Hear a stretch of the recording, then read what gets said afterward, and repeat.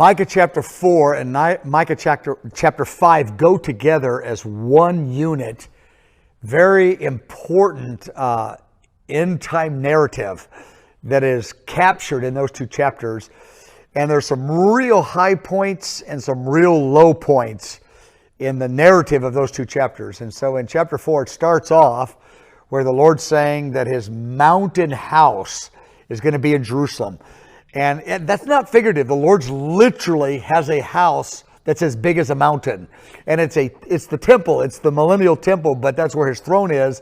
And it's on the top of a mountain, and it's a mountain house on top of a mountain. And it describes it a bit, and the impact in the social order in the earth is remarkable.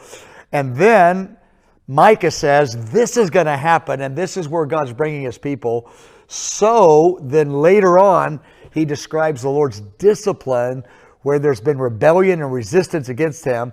And he says, yes, the discipline's intense, but the fruit of the discipline, he's prying the hands of Israel off of their rebellion and even the body of Christ.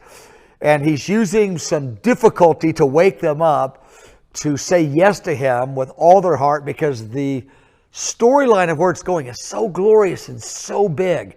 So in Micah 4 and 5, we see a number of really big high spots of where God's taking his end time purpose, but we see the discipline, we see some low spots, some pain points that are going to happen even among the people of God. And but when you see the pain, you go, oh wow, but you see it in context of the glory, and you say, you know, it makes sense. But Micah very precisely went through the end time narrative and covered tremendous amount of ground of details of the high and the low spots of what's going to happen in the generation the Lord returns. I highly recommend it.